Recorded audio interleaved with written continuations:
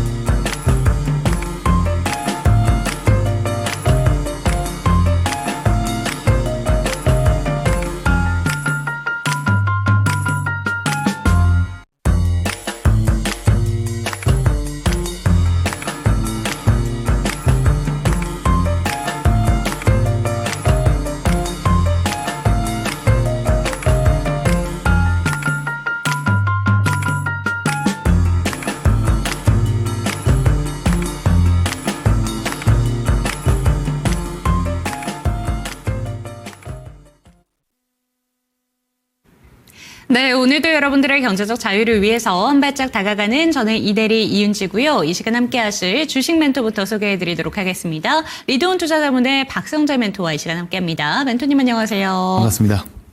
네, 오늘은 머리를 시원하게 올리셨습니다. 시장도 내일은 멘토님의 머리처럼 확 올라가졌으면 좋겠는데 오늘은 분위기가 또 달라졌습니다. 오늘 시장 어떻게 보셨을까요? 사실 뚜렷한 호황제가 없는 상황이다라고 생각을 하고요. 사실 미국 시장이 이제 아무래도 휴장을 하다 보니까 보통 미국장이 휴장을 하면은 한국 증시도 사실 수급이 재미가 없습니다. 뭐 특별하게 뭐 이제 주목받을 수 있는 업종이라든지 테마주 장세도 제한적이고요. 개별주 장세의 흐름으로 가거나 아니면 조금 전반적으로 재미없거나 둘 중 하나인데 오늘은 좀 재미없는 쪽이었던 그렇죠. 것 같아요. 그리고 이제 그렇다고 호재가 없는 건 아니었어요. 어제 이제 유럽 증시가 많이 올랐거든요. 근데 이제 사실 어떤 관세를 다시 한번 트럼프 대통령이 유예한다. 왜냐면 주말 사이에는 또 관세 이야기를 하면서 시장에 살짝 노이즈를 줬다가 7월까지 또 유예한다라는 이야기를 또 바로 했어요. 근데 그 부분은 이미 다 어제 노출이 됐고 우리 시장에서 전일에 다 반영이 됐기 때문에 오늘 시장에서는 뭐 추가적으로 반영되거나 그런 모습들은 없었던 것 같습니다. 근데 제가 여기서 이 대목에서 사실 지수가 매우 중요하거든요. 그래서 지수 차트 한 번만 보고 가도록 하겠습니다. 예, 한번 좀 화면을 보시면은 이 남색 곡선 제가 이제 굵게 표시를 해놨습니다. 이게 1년 평균선이거든요. 그래서 1년 평균선 241선을 넘으면은 지지부진하다가 빠지고 넘으면 지지부진하다가 빠지는 패턴들이 반복된다. 그래서 제가 이야기를 드렸어요. 그리고 종가상 이 241선을 깨게 되면은 이렇게 투매가 많이 나오는 모습들, 쭉 한 번씩 하락하는 모습들을 보여줬기 때문에 이번에도 인플레이션 이야기 막 나오고 하다 보니까 이번에도 이렇게 나올 수 있으니까 경계를 해야 된다. 그래서 241선 지켜지는지 여부 중요하다라고 했는데 종가상 지켜냈습니다. 어제 지켜냈고 지금 이제 지켜줬기 때문에 지금부터 봐야 될 부분들은 뭐냐면 이제 어느 순간 이게 연중 신고점을 앞에 두고 있어요. 그쵸. 그러니까 연중 신고점을 앞에 두고 이거를 좀 트라이 할 수 있느냐 없느냐를 이제부터 봐야 되는데 트라이를 했을 때 시장에서 이거를 이제 우리 시장이 너무 높아졌네. 한국 시장 너무 비싸다라는 생각 때문에 다시 한번 외인들의 투매가 나올 수도 있는 것이고요. 아니면은 이제는 정고점 깼으니까 연중고점 깼으니까 이제 계속 올라가야지로도 볼 수가 있습니다. 그래서 그런 것들을 어떻게 우리가 좀 가늠을 해볼 수 있냐면 업종이 어떤 업종이 상승을 보이냐에 따라서 달라질 수가 있거든요. 그러니까 상대적으로 관세의 방어주들 있죠. 지금 뭐 방산이라든지 조선 이런 쪽에서 조금 움직이면서 이 지수를 끌고 가게 되면은 트라이를 하면은 시장이 너무 비싸다라고 하면서 다시 매도세가 출회될 가능성이 크다라고 저는 생각이 되고요. 근데 반대로 이 트라이를 하는데 반도체 업종이 강세를 보인다라고 하면은 이 흐름이 조금 더 지속될 가능성이 저는 있다라고 보고 있습니다. 우리가 힌트를 조금 가늠해 볼 수도 있어요. 그러니까 목요일이죠. 내일 모레 오전 6시에 엔비디아 실적이 발표가 됩니다. 엔비디아 실적이 저는 잘 나올 거라고 보는데 실적이 잘 나오게 되면은 GPU 판매율이 굉장히 좋다라는 거잖아요. 그러면 이제 SK 하이닉스에 대한 수급이 다시 붙을 수가 있어요. 그렇게 됐었을 경우에는 반도체 업종이 조금 더 뭐 2주 정도 랠리를 달리는 모습들이 좀 나와주지 않을까. 그렇게 했을 때는 전고점을 뚫고 올라가서 2,700포인트 위로 가는 그런 그림들도 한번 기대를 해볼 수 있을 것 같습니다. 물론 변수도 있어요. 변수는 뭐냐면 일본 BOJ 총재가 이야기를 했습니다만은 지금 쌀값 등등이 이제 지금 일본 물가가 폭등을 하고 있어서 금리 인상을 시사하는 발언을 했거든요. 그렇게 되면 또 이제 엔캐리 트레이드 청산에 대한 그런 우려가 또 시장에서 작용이 될 수 있겠죠. 그 정도 변수가 있는 상황이고 좀 나올 수 있는 호재는 이틀 뒤 오전 6시에 발표하는 엔비디아 실적 이 정도가 될 것 같습니다. 그래서 시장의 돈이 정확하게는 어디로 좀 들어가는지 그런 부분들을 우리가 잘 주목해서 볼 필요가 있습니다. 이 시장의 주도주, 어떤 종목들이 핵심 주도주가 되는지 그런 것들을 잘 구별할 수 있는 능력이 저는 매우 필요하다라고 생각을 하고요. 그 방법 오늘도 제가 알려드리도록 하겠습니다. 그리고 저 박성재 전문가랑 같이 하신다면은 그런 주도주를 장중에 소통하면서 찾을 수 있다. 이 말씀을 좀 드리도록 하고요. 오늘 방송 말미에도 좋은 공략주, 제가 엔비디아 실적 잘 나올 것 같다 말씀드렸잖아요. 실적이 잘 나오면 갑자기 크게 올라갈 수 있는 그런 종목 제가 공략주 준비했거든요. 그렇기 때문에 방송 끝까지 시청 당부드리도록 하겠습니다. 네, 불확실성이 여전히 잔존해 있는 시장입니다. 그렇기 때문에 한정된 자금 내에서 이슈가 있다면 그쪽으로 돈이 쏠리는 현상이 요새 계속해서 반복이 되고 있는 것 같은데요. 그렇다면 그런 키워드들이 무엇이는지 미리미리 알아보고 싶다라는 생각이 드실 것 같습니다. 그런 분들은 하단에 보이는 QR코드 스캔해 주시기 바랍니다. 카메라 갖다 대시면 링크를 통해서 들어오실 수가 있고요. 종목 진단 원하시는 분들은 상단에 있는 번호 02-2128-8566번으로 전화 주시기 바랍니다. 그렇다면 오늘 시장에 쏠림이 있었던 세 가지 섹터 바로 한번 만나보시죠. 첫 번째 키워드 열어보도록 하겠습니다. 방산이라는 키워드를 잡았는데 다시 한번 러시아가 우크라이나를 또 격화를 하게 되면서 드론 공격이 역대 최대 규모였다고 해요. 예, 그러다 맞습니다. 보니까 전 세계적으로 군사적인 긴장감이 다시 고조가 되고 있습니다. 그리고 방산 업종 자체에 대해서도 앞으로도 꾸준히 실적 성장이 개선될 것이다라는 기대감이 나오고 있기 때문에 오늘 같은 경우에도 어제에 이어서 증권가에서 주목을 하고 있는데 방산 종목도 어떻게 보는 게 좋을까요? 우선 우크라이나 드론 공격 관련된 내용들은 사실상 좀 이제 단발성인 이슈의 성격이 좀 크다라고 생각이 되고요. 이 방산 업종이 전체적으로 레벨업이 단기간 안에 세게 일어날 수 있겠다라고 이제 확신을 조금 준 이제 뉴스는 나토 수장이 내달 다음 달이죠. 국방비 예산을 GDP를 기존 2%에서 5%로 끌어올린다라고 한 거거든요. 그래서 이거를 수치를 정확하게 내면서 공식적으로 성명 발표한 것은 이번이 처음이다라고 볼 수가 있고 그 이야기를 하면서 했던 말이 뭐냐면 지금 미국의 방위비 지출 비율과 같아져야 된다 이거예요. 네. 미국이 지금 작년에 보면은 그 GDP 예산의 3.38% 정도 지출을 했거든요. 근데 미국은 조금 이제 매년 8%씩 4년 동안 줄여간다라는 이야기를 한 상황이긴 한데 미국의 개입이 줄어들수록 미국이 계속해서 움츠러들고 고립주의 형태로 흘러가면 갈수록 각 국의 방위비 체계에 대한 증강 그래서 방위비 지출이 올라갈 수 있다. 이거 제가 계속 끊임없이 이야기를 작년부터 드려왔었던 그 내용들이잖아요.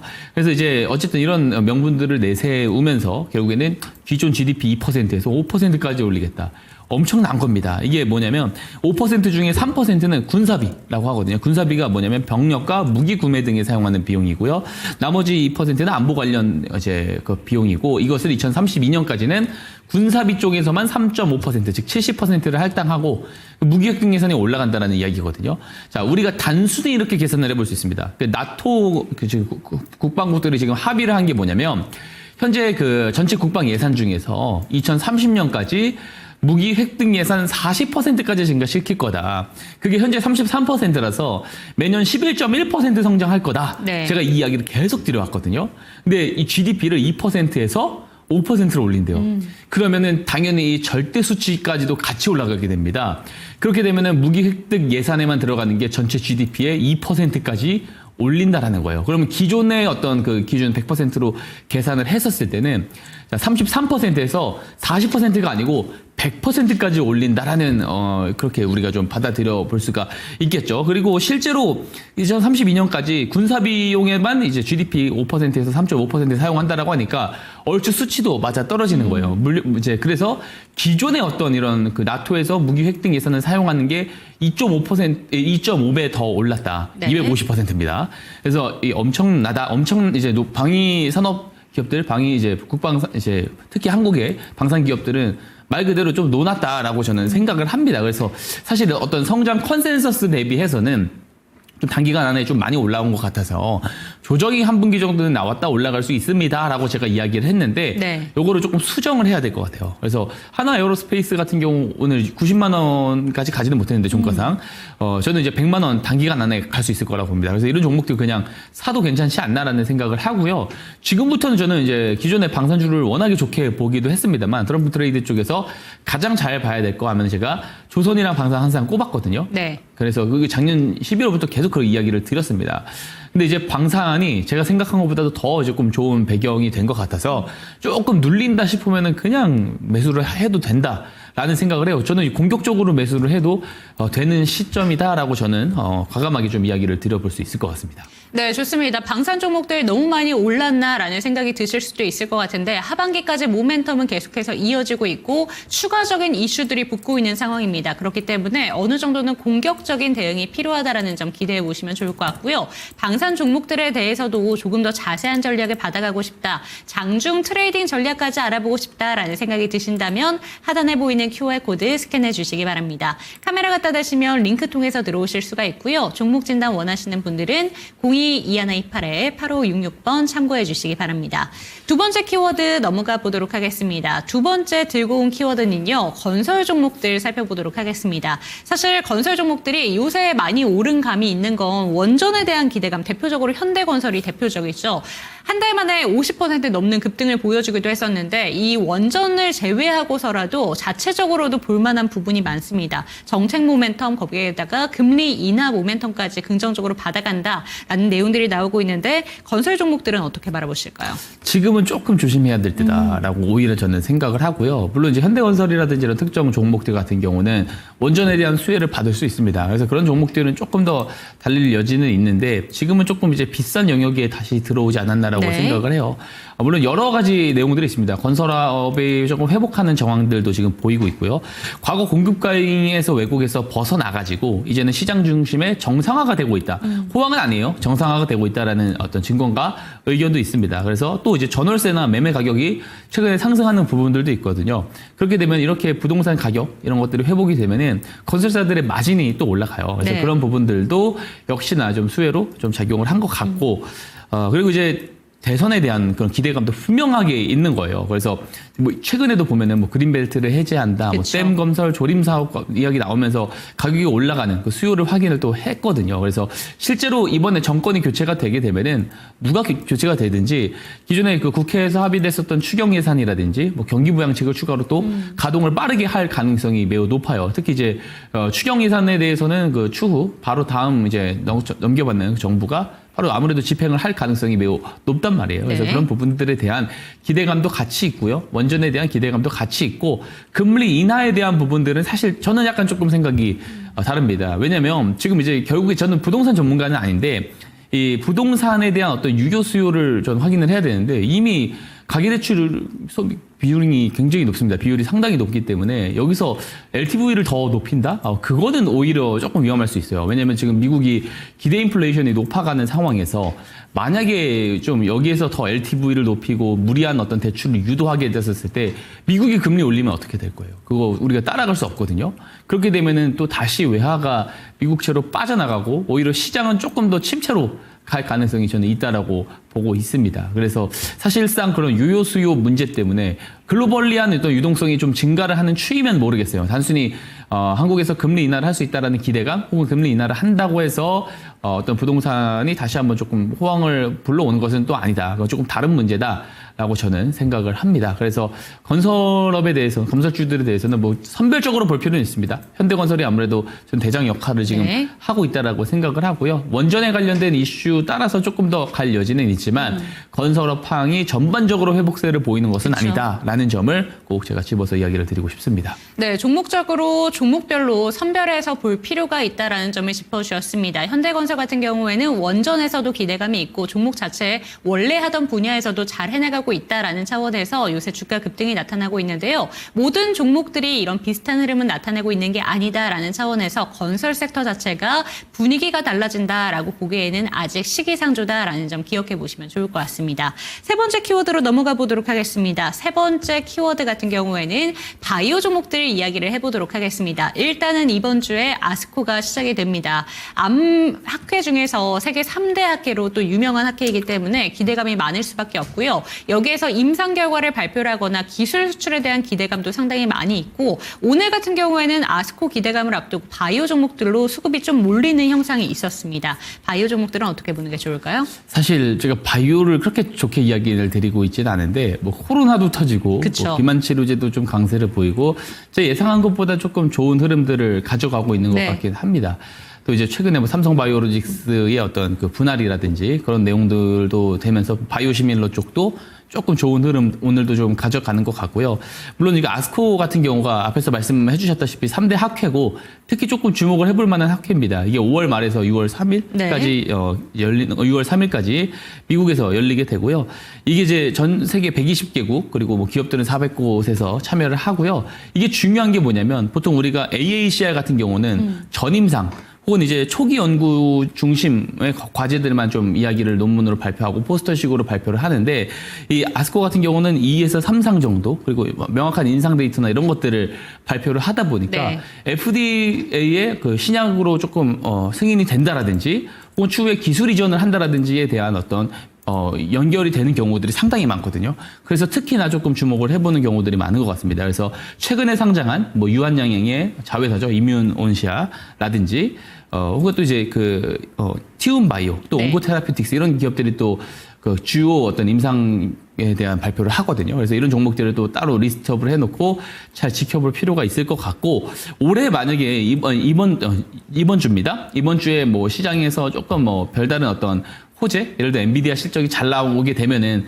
바이오가 오히려 빠질 수가 있어요. 반도체 쪽으로 자금이 흘러 들어갈 수 있기 때문에. 그런데 그런 상황이 안 된다라고 하면은 이쪽에서 또 수급이 더 랠리를 달릴 가능성은 있다라고 생각을 합니다.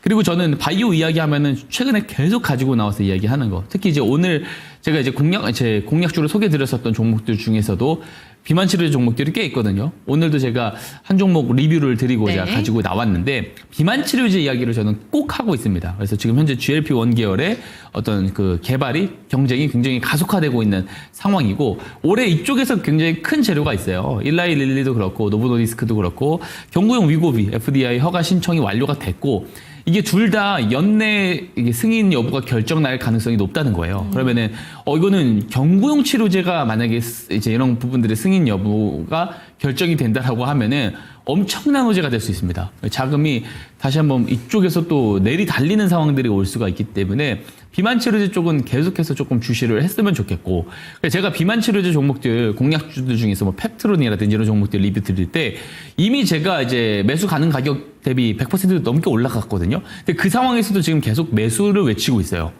그런 이유가 다 있습니다. 그래서 비만 치료제 쪽은 계속해서 강세로 갈 거다.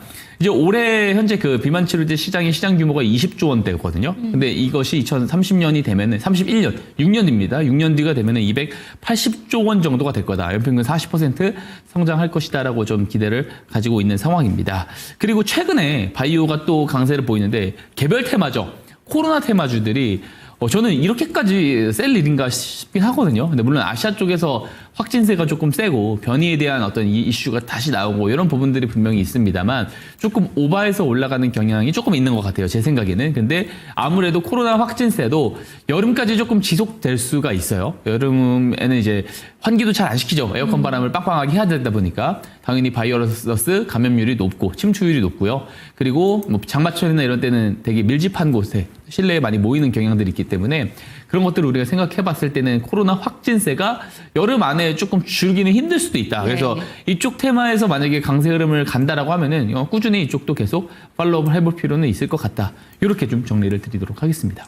네, 바이오 종목들 같은 경우에는 살펴봐야 되는 이슈들이 참 많았습니다. 아스코 기대감, 코로나 테마주로서도 기대감이 불어오고 있고요. 역시나 비만 치료제에 대한 이야기 한번 챙겨주셨는데 리뷰 종목으로도 한번 만나볼 수 있을 것 같습니다. 잠시 뒤에 체크해 보도록 하겠고요. 저희 세 가지 섹터에 대해서 멘토님의 의견 화면으로 정리해 드리도록 하겠습니다.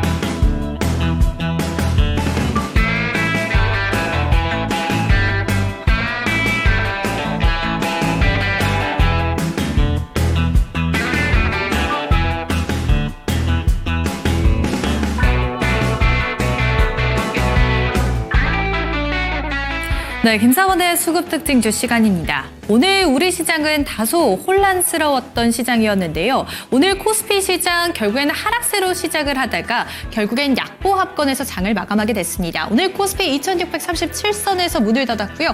코스닥도 720선에서 등락을 보이다가 결국엔 강보합에서 장을 마감했습니다. 오늘 시총 상위 종목들도 혼조세를 보였는데 함께 살펴보도록 하시죠. 먼저 코스피에서 외국인이 담아갔었던 종목 먼저 살펴보도록 하겠습니다. 오늘 사실 신고가를 썼던 그런 종목들이 굉장히 많았던 하루였습니다. 오늘 외국인의 순매수세가 유입됐던 종목들 중에서도 신고가가 덜어 나왔었는데요. 특히 삼성중공업 8.28% 오늘장에서도 강세 흐름 보여줌에 따라 오늘장 신고가를 또 쓰기도 했습니다. 또 하나 에어로스페이스입니다. 6.48%의 상승세로 외국인의 2등 종목으로 자리를 올렸는데요. 외국인의 집중 매수세가 계속됨에 따라 52주 신고가를 다시 쓰기도 했다는 점 함께 체크를 하셔야 되겠습니다. 사실 방산업종 전반적으로 현재 강세 흐름을 보이고 있는 상황입니다. 그중에서도 오늘 하나 에어로스페이스는 시총 상위 종목들이 혼조세 그리고 하락세를 대부분 보임에도 불구하고 오늘장에서 빨간불 켰다는 점도 함께 체크를 하셔야 되겠습니다.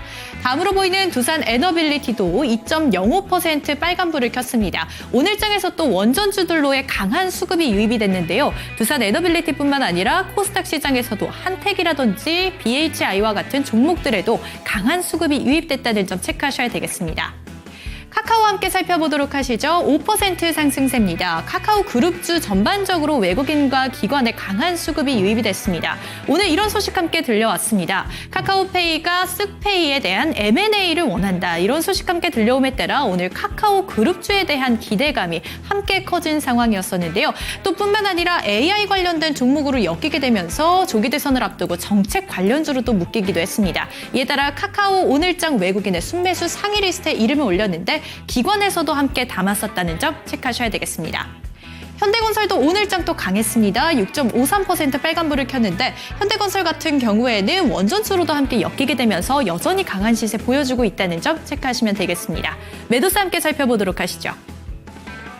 네, 오늘 강한 매도세가 출회됐던 종목군 삼성 SDI를 포함한 2차 전지주들의 약세가 눈에 띄었습니다. 또 삼성전자에 대해서도 외국인은 계속해서 팔고 있다는 점은 체크를 하셔야 될 것 같고요. 네이버와 삼성전자, 우선주 그리고 LG전자까지도 이름을 올리고 있습니다. 다음은 기관에서도 함께 살펴보도록 하시죠. 네, 오늘 기관과 외국인의 시각은 다소 겹치는 부분이 있었습니다.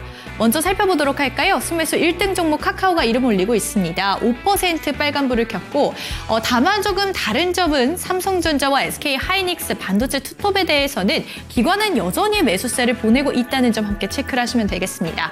다음으로 보이는 S-오일 5.41% 빨간불입니다. 이 정유주 같은 경우에는 미국과 중국 간의 무역 갈등 속에서 되려 우리나라는 반사 이익을 받을 것이다라는 전망이 나오고 있습니다. 이에 따라 S-오일 오늘 기관의 순매수 속에 5.41% 빨간불 켰다는 점 체크하시면 되겠습니다.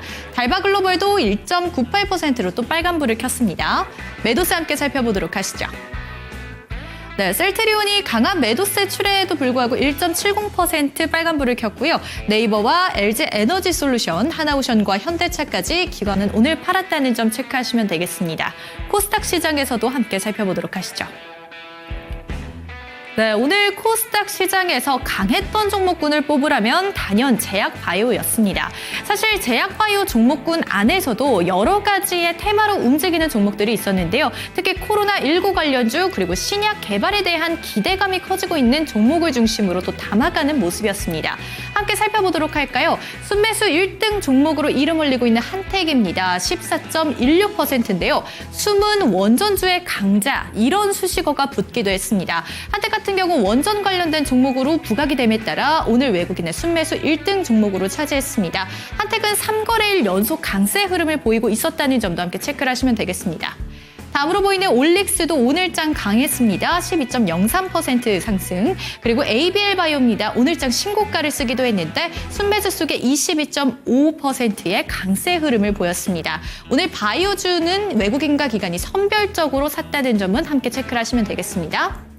BHI와 파마 리서치까지 오늘 외국인은 담아가는 모습이었고요. 매도세도 함께 살펴보도록 하시면 VT와 실리콘2 그리고 에코프로비엠에 대해서는 오늘 외국인과 기관이 또 하루 만에 매도세로 전환했다는 점을 체크하시면 되겠습니다. 레인보우 로보틱스 그리고 1승까지도 확인이 되고 있습니다. 다음은 기관에서도 함께 살펴보도록 하시죠.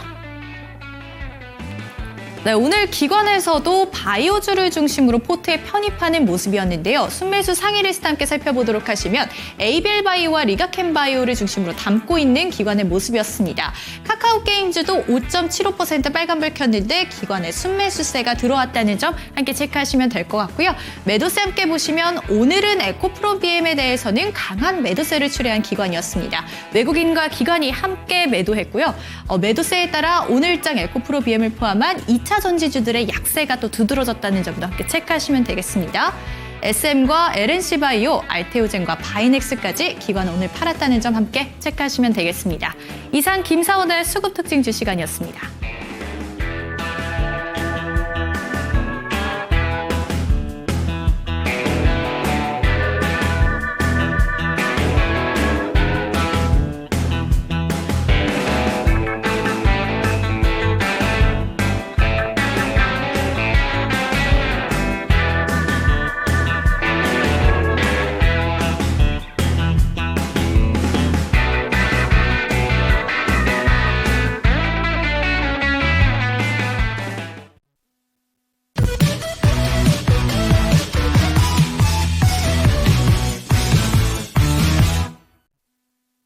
예, 시장이 엄청난 변환점을 맞이하기 전이라고 저는 생각을 합니다. 지금일수록 똑똑한 돈들이 어디로 흘러 들어가는지 그런 것들을 우리가 잘 잡아야지 이 트렌드가 변화하는 이 전환점에 잘 올라탈 수가 있는 겁니다. 그 방법 하나 오늘 또 소개해 드리겠습니다. 바로 스마트머니 기법입니다. 자, 보통 우리가 시장에서 스마트머니라고 하면은 어떤 것들을 의미하죠? 자, 개인 투자자들이 아직 알지 못하는 정보와 재료, 즉 뉴스 전에 뉴스로 우리한테 정보가 제공이 되기 전에 이걸 알고 있는 주포들이 저점에서 매집할 때 들어오는 돈을 우리가 스마트머니라고 하죠. 간단하게 말하면 뉴스 전에 주포들이 저점에서 매집한 돈, 이렇게 간단하게 이해를 해볼 수가 있습니다. 자, 근데 만약에 정말로 우리가 스마트머니가 어디에서 들어왔는지 알 수만 있다면 어떻겠어요? 저점 매수가 가능하다라는 거죠. 그리고 가장 중요한 거, 손익비가 좋은 거래가 가능하겠죠.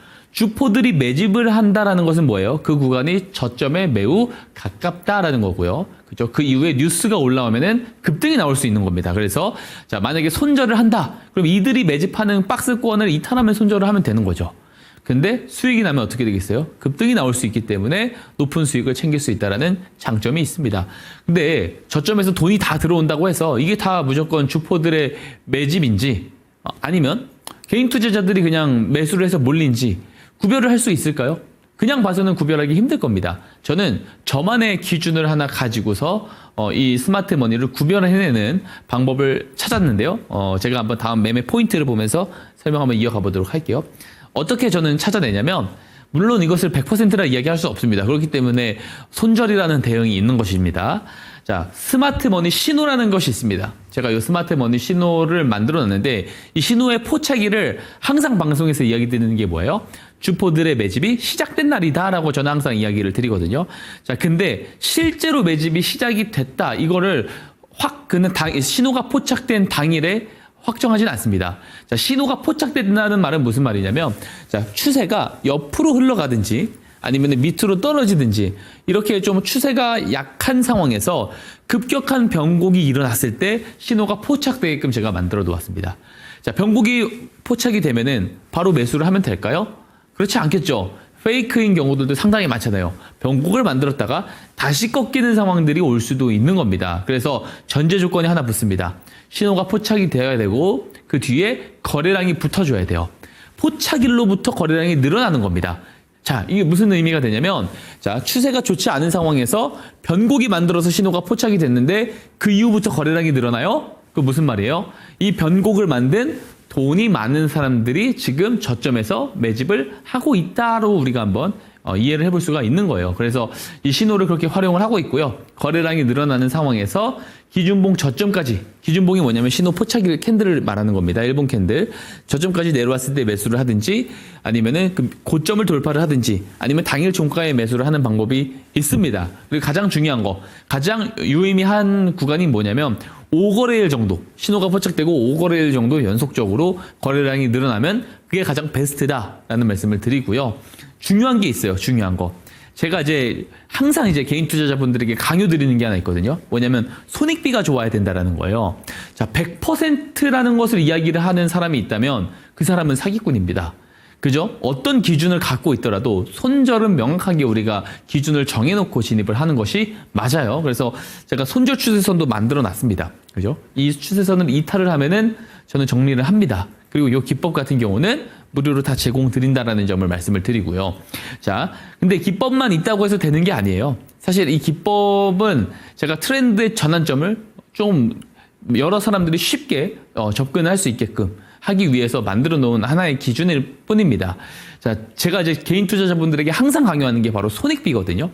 자, 대부분 플러스 5%, 플러스 10%는 잘 못 견디십니다. 근데 마이너스 20%, 마이너스 30%의 손실은요, 굉장히 잘 견디는 모습들을 주변에서도 많이 볼 수 있어요. 혹은 본인 이야기일 수도 있는 겁니다. 제가 종목 상담이나 이런 것들을 한번 하다 보면은 20종목, 30종목씩 물려 계신 이제 분들이 굉장히 많거든요. 근데 그런 분들 중에 20종목, 30종목 중에 제가 이제 공략주를 소개해드리면서 100% 넘게 올라간 하나오션이라든지 이런 종목들, 로보티지라든지 이런 종목들을 갖고 계신 분들을 본 적이 없어요. 전부 다 보면은 최근에 2차전지가 가장 많고요. 이렇게 오래 하락 추세를 그리는 종목들을 오래 물려갑니다. 그죠? 자르지를 못해요. 손실, 매도를 버튼을 누르지 않으면 이건 확정된 손실이 아니다라는 손실 회피 심리 때문에 그렇습니다. 근데 반대로 수익은 되게 오래 못 가져갑니다. 플러스 20, 30%를 방치할 수 있어야 되거든요. 근데 대부분 그런 것들을 너무 못해요. 자, 플러스 5%까지 가져가다가 이게 다시 마이너스로 전환됐었다라는 이런 경험들을 하다 보니까 결국에는 내가 수익을 확정하고 싶은 확정 심리가 있는 거거든요. 네, 그래서 주식을 처음 하시는 분들은 20%, 30% 수익을 실현했었던 경험들이 있을 건데 이분들이 오랜 경험들을 토대로 계속해서 수익이었다가 손실로 내려가는 이런 것들을 오래 경험을 하다 보면 목표 수익이 점점 낮아집니다. 플러스 10%였다가 플러스 5%였다가 플러스 3%, 2%, 1% 쭉 내려가요. 근데 손실은 20, 30% 마이너스도 견딘단 말이에요. 그럼 수익률 곡선이 어떻게 되겠어요? 장기간 이런 습관, 손익비가 좋지 않은 이런 습관대로 거래를 계속하다 보면 계좌의 어떤 이제 수익률 곡선이 이렇게 떨어지게 됩니다. 점점 가팔라지게 좋지 않아진다는 거예요. 근데 이거를 정확하게 반대로 뒤집을 수 있어야 되거든요. 그러니까 손익비를 좋게 가져가는 거예요. 마이너스 5% 이런 거 견디지 말고 플러스 20, 30%는 계속 방치하자 이거예요. 시장에서 인정을 해준 거잖아요. 하나오션, 제가 한번 이야기 해보면 하나오션, 쌈지 엔터테인먼트, 로보티지 이런 종목들 올라갈 때마다 제가 뭐라고 해요? 계속 사도 된다라고 이야기하잖아요. 플러스 50%, 100% 돼도 계속 사라고 이야기합니다. 왜? 시장의 주도주는 꺾이지 않아요. 추세 우하향하는 종목들이 있듯이 우상향하는 종목들이 있습니다. 그런 종목들은 계속 끌고 가는 거예요. 그래야지 계좌가 어떻게 돼요? 손실을 짧게 보고 수익을 길게 볼 줄 알아야지 계좌 수익률 곡선이 복리효과 때문에 점점 가파르게 올라간다는 겁니다. 이게 습관이 매우 중요합니다. 이 습관이 잘 안 되어 있으신 분들은요, 꼭 저 박성재 전문가랑 같이 하셨으면 좋겠습니다. 저랑 장중 소통하는데 전혀 문제 없습니다. 저랑 장중 소통하면서 이런 스마트 머니를 어떻게 어떤 종목에 적용을 해볼 수 있는지 이런 것도 제가 장중에 다 어느 정도 관점 제공을 다 해드리고 합니다. 그렇기 때문에 저 박성재 전문가랑 꼭 함께 하셨으면 좋겠다는 말씀 드리고요. 제가 예시 종목 한번 보면서 설명드리도록 하겠습니다. 자, SAMG 엔터, 쌈지 엔터테인먼트, 쌈지 엔터라고 하죠. 제가 이 종목을 공략주로 2월 12일에 이 방송에서 소개를 드렸습니다. 그죠? 소개 드렸을 때 이미 실적이 좋게 나왔습니다. 4분기 실적이 좋게 나왔다. 4분기가 흑자 전환을 했어요. 그래서 이제 그러면은 올해는 연간 단위로 흑자 전환을 할 수 있겠네? 그럼 그 기업은 연간 단위로 흑자 전환을 할 때 보통 그 기업의 주가가 가장 많이 오르더라 라는 데이터를 제가 이야기를 드리면서 그래서 올해 많이 올라갈 가능성이 크다라고 분명히 이야기를 드렸습니다. 2월 12일 방송 보시면 되고요. 자, 그리고 2월 18일에 이런 뉴스도 떴습니다. 쌈지 엔터테인먼트랑 SM 엔터테인먼트랑 콘텐츠 협업, 업무 협약, MOU를 체결하는 소식이 전해졌어요. 근데 스마트머니 기법 제가 뭐라고 말씀드렸죠? 뉴스 전에 매집 자금을 포착할 수 있어야 된다 말씀드렸죠. 자, 실적 어디서 집계를 해요? 회사에서 집계하잖아요. 실적 잘 나올 거다라는 거 회사 내부에서 몰랐을까요? 모르지 않겠죠. 업무 협약도 양사 간의 협의 과정이 있을 거 아니에요. 미리 알 수 있었던 재료다라는 겁니다. 그리고 스마트 머니가 먼저 들어왔을 가능성도 있을 수 있는 거죠. 자, 그래가지고 제가 2월 12일에 이런 뉴스, 협업 뉴스 뜨기 전에 제가 공약주를 소개해드렸습니다. 자, 다음 페이지 보면은 요때예요. 자, 이때 뭐라고 말씀드렸냐면 이미 거래량이 늘어나고 있었다. 그래서 내가 늦게 드린 거다. 늦게 드렸어도 이거 올해 흑자 전환 연간 단위로 하면은 크게 올라갈 수 있다. 이 방송을 통해서 말씀을 드렸던 겁니다. 자, 차트 한번 보겠습니다. 이 다음 페이지를 보면 뉴스 나온 날이 이날입니다. 실적 발표 요날, MOU 체결이 요날이에요. 뉴스 전에 스마트 머니 신호. 자, 실적 전에도 스마트 머니 신호가 이렇게 포착이 된다고요. 포착일 이후에 거래량 늘어날 때 사고 뉴스 나오면서 올라갈 때 천천히 매도를 하는 거예요. 근데 제가 이 종목 뭐라 그랬어요? 손절지수는 이탈 안 하고 계속 올라가는 거 보면서 이거 중간에도 계속 매수할 수 있다라고 끊임없이 이야기했습니다. 왜? 시장에서 주도주가 되면은 이렇게 계속 올라갑니다. 자, 이런 것들을 오래 끌고 갈 수 있어야 돼요. 자, 트렌드를 볼 줄 아는 눈이 필요합니다. 그건 되게 경험치적인 요소가 크고요. 그거 제일 잘하는 사람이 저 박성재 전문가라고 생각을 합니다. 이때 거래량이 늘어났는지 안 늘어났는지 정확하게 안 보이죠. 확대를 하면 실제로 늘어납니다. 포착일 이후 5거래일 이상 거래량 늘어나죠. 그래서 저는 매수 관점으로 애초에 저 때부터 보고 있었던 겁니다. 자, 아무리 이런 예시 종목으로 설명을 드린다 하더라도, 제가 증명을 한다 하더라도 직접 대응을 해보거나 직접 이 기법을 이용해 보시지 않으면 체감이 안 갑니다. 이 기법도 무료로 받아가시고, 특히 이 기법을 장중에 어떻게 적용할 수 있고 계속 올라갈 수 있는 종목들이 뭔지, 그런 것들을 같이 장중에 소통해보고 싶다 하시는 분들은 들어오셔서 저 박성재 전문가랑 함께 하셨으면 좋겠습니다. 자, 오늘 강의 여기서 마치겠습니다.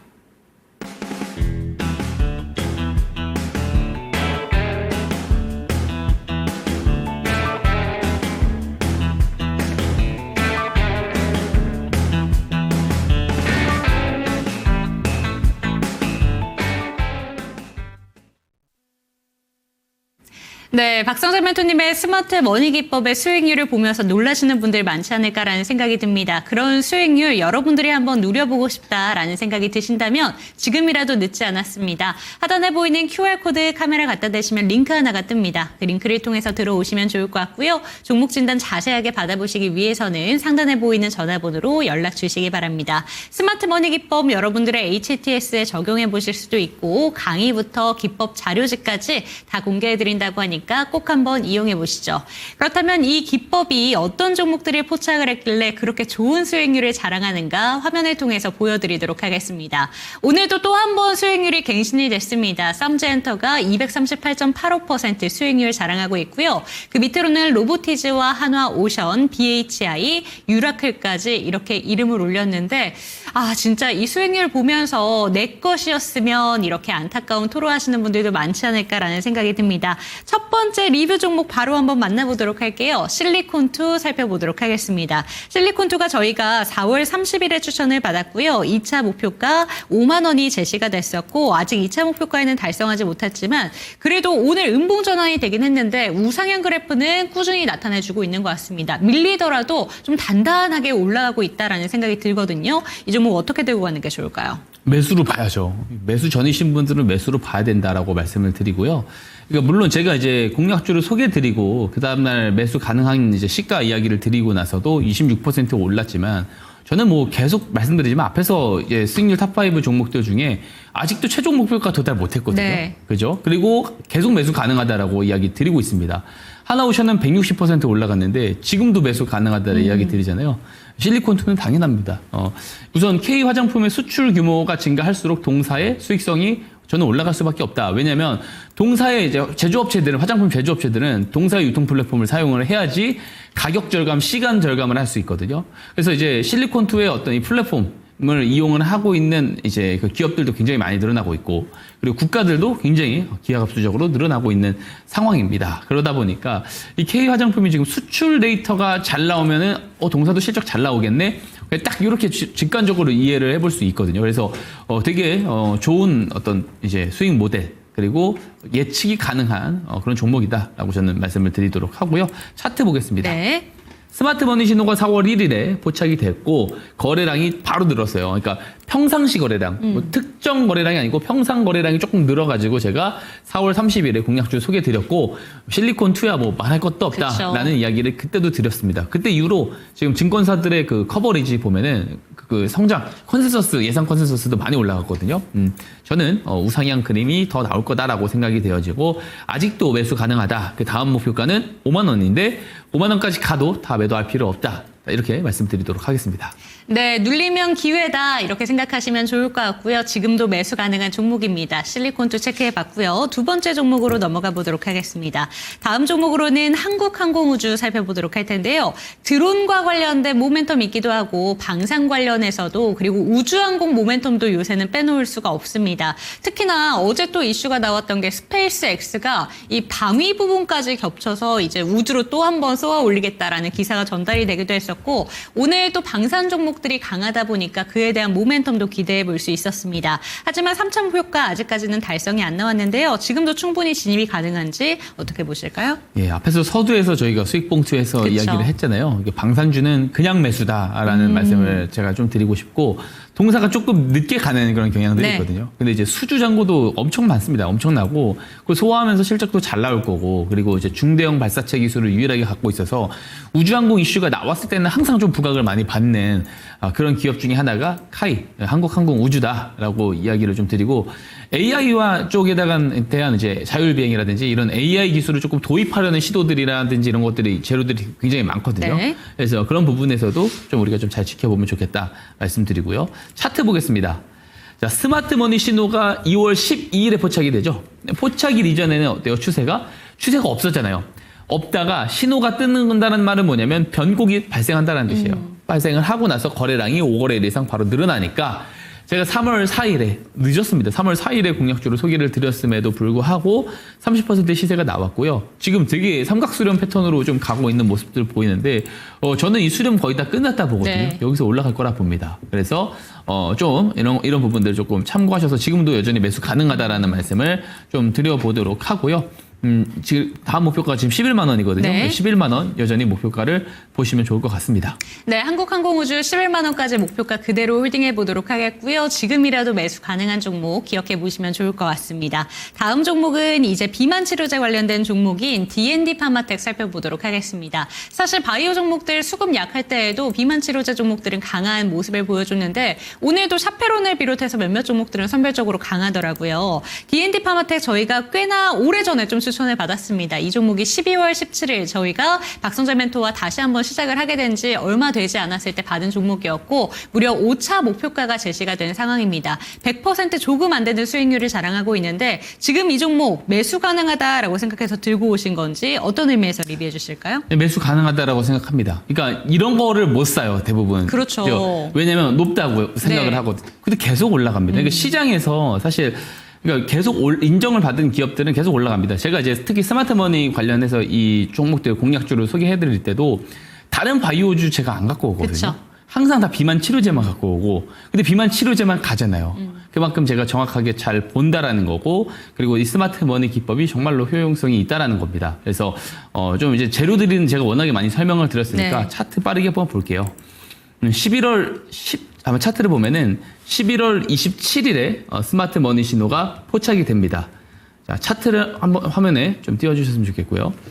자, 보면은 포착이 되고 시세가 한 차례 나오거든요. 근데 눌렸다가 다시 올라갈 때 제가 이 종목을 4월 달에도 계속해서 매수할 수 있다라고 이야기 드렸습니다. 그리고 나서 또 가잖아요.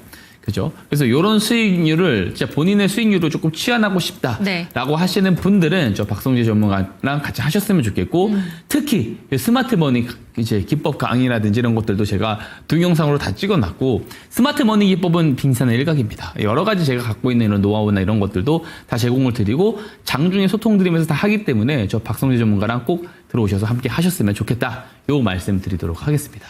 네, 100% 가까운 수익률을 바라보고 있는 종목입니다. 하지만 그럼에도 지금도 여전히 상방으로 가능성이 있는 종목이다라고 기억해 보시면 좋을 것 같고요. 매수 가능하다고 합니다. 그렇다면 이렇게 리뷰 종목들 살펴봤는데 조금 더 자세하게 이런 종목들을 많이 받아보고 싶다라는 생각이 드시는 분들은 QR코드 통해서 들어오시기 바랍니다. 장중에도 다양한 이슈들 전달이 된다고 하니까 카메라 갖다 대시고 링크 통해서 들어오시기 바라겠고요. 스마트 머니기법 꼭 한번 여러분들의 차트에 녹여보시기 바라겠습니다. 오늘의 추천주로 넘어가 보도록 하겠습니다. 오늘은 어떤 종목 들고 오셨을까요? 제가 앞에서 사실 그 이야기를 들었습니다. 엔비디아 실적 기대된다. 네. 그래서 오늘 그 연관이 굉장히 큰 필옵틱스를 가져왔습니다. 네, 필옵틱스 유리기판 관련된 종목이기도 합니다. 사실 오늘 이런 얘기가 채팅창에 많이 올라왔어요. 하루짜리였나? 라는 생각하시는 분들도 많으셨을 것 같습니다. 어제 삼성이 쏘아올린 공으로 인해서 유리기판 관련된 종목들 급등을 펼쳐줬는데 오늘은 이쪽이 다 바이오라던가 뭐 조선방산 쪽으로 이동을 했잖아요. 필옵틱스를 그중에서 보시는 이유 그리고 유리기판 관련된 종목들이 오늘은 쉬어갔는데 계속해서 지켜볼 만한 종목인지 어떻게 보실까요? 우선 필옵틱스 유리기판 하면 이제 국내에서는 필옵틱스 보면 됩니다. 이게 되게 심플하게 보면 좋을 것 같고요. 최근에도 이제 그 글로벌 톱티어 고객사의 TGV 장비, 그러니까 네. 유리기판 장비를 공급을 했습니다. 그리고 올 1분기에도 뭐 싱글레이션 장비를 글로벌 IDM 고객사에 성공적으로 공급한 바 있고요. 이게 왜 중요하냐면 이제 GPU 같은 경우 발열이 굉장히 많이 발생을 하거든요. 그리고 앞으로 AI에 대한 어떤 데이터 센터 이런 것에도 이제 고부가 GPU들이 많이 들어갈 텐데, 이 열이 굉장히 많이 발생할 수밖에 없죠. 왜냐면은 앞으로 데이터를 처리할 수 있는 그 양이 굉장히 커짐에 따라서 전력도 많이 소비되고, 그래서 GPU도 마찬가지로 이 발열 문제를 해결하기 위해서 보통 그 기판이 보통 이제 플라스틱 아니면 실리콘으로 하는데, 네. 실리콘은 열 전도성이 좋아요. 근데 비쌉니다. 가격이 너무 비쌉니다. 그리고 플라스틱으로 하면은 열에 취약합니다. 그러다 보니까 글라스 기판이 계속해서 지금 대안으로 떠오르고 있는 상황이고, AI 산업 그리고 GPU가 계속 이제 잘 팔리는 상황이기 때문에 유리기판 쪽은 자연스럽게 시장 파이가 커질 수밖에 없거든요. 그래서 다음 페이지를 보게 되면 동사 같은 경우 이제 올해 1분기 매출이 전년 동기 대비 1.5배 증가를 했고요. 기술력이 이제 이 기술력이 좋기 때문에 TGV 장비도 이제 공급을 하고 막 그러고 있기 때문에 이게 고스란히 실적 개선으로 좀 이어지고 있다라고 네. 보여지고, 가장 핵심이 뭐냐면 고객사 다변화예요. 그러니까 고객사를 빠르게 다변화하고 있다라는 게 매우 중요하고요. 유리기판 시장이 이제 본격적으로 커지기 시작하고 있기 때문에 그런 부분에서 동사가 다른 이제 후발 경쟁사들과 뚜렷한 차이가 있다. 또 특히 최근에 TGV 검사 장비도 새로 출시하기도 했습니다. 다음 페이지를 보면은 그래서 연평균 성장률, 마켓에서 제시한 것은 이제 6.5%에서 6.8% 성장할 거다. 2029년까지.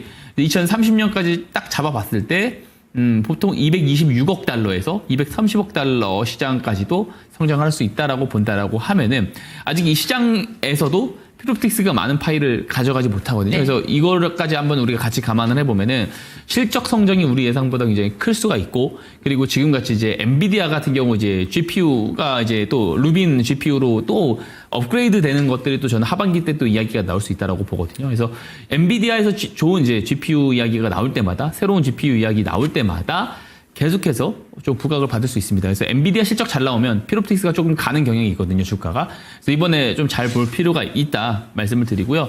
자, 다음 페이지 주봉이거든요. 빠르게 보겠습니다. 자, 주 단위로 거래량이 많이 터졌어요. 근데 이 전에 매물대 하단부입니다. 그리고 이 앞전에 있는 매물대 상단부를 지지받고 올라가서 그 다음 위에 매물대를 소화하는 과정이다라고 볼 수가 있고요. 자, 소화한 날이 일봉 차트로 보시면은 스마트 머니 신호가 들어온 날. 즉, 매집의 신호를 잡았는데 그것이 이제 매물대의 어떤 하단부를 찔러낸 캔들이다라는 거예요. 그래서 더 매집의 근거가 크다라는 겁니다. 그래서 저는 실적 발표 잘 나오잖아요, 엔비디아. 그러면은 바로 올라갈 가능성이 크다라고 보고 있습니다. 그래서 전략 말씀드리면 내일 시초가 이하 매수 의견 드리고요. 1차 목표가 4만 원, 손절가 3만 원 제시드리도록 하겠습니다. 네, 오늘의 추천 종목 필옵틱스입니다. 그런데 제가 주목할 포인트다라고 생각한 부분은 스마트머니 신호가 뜨고 나서 이렇게 바로 들고 오시는 종목들이 별로 없거든요. 그만큼 이 필옵틱스 같은 경우에는 저점 매수의 최적기다라고 기억해 보시면 좋을 것 같습니다. 내일 시초가 이하에서 매수 가능하시고요. 목표가로는 4만 원, 손절가 3만 원 체크해 보시기 바랍니다. 화면으로 만나보시죠.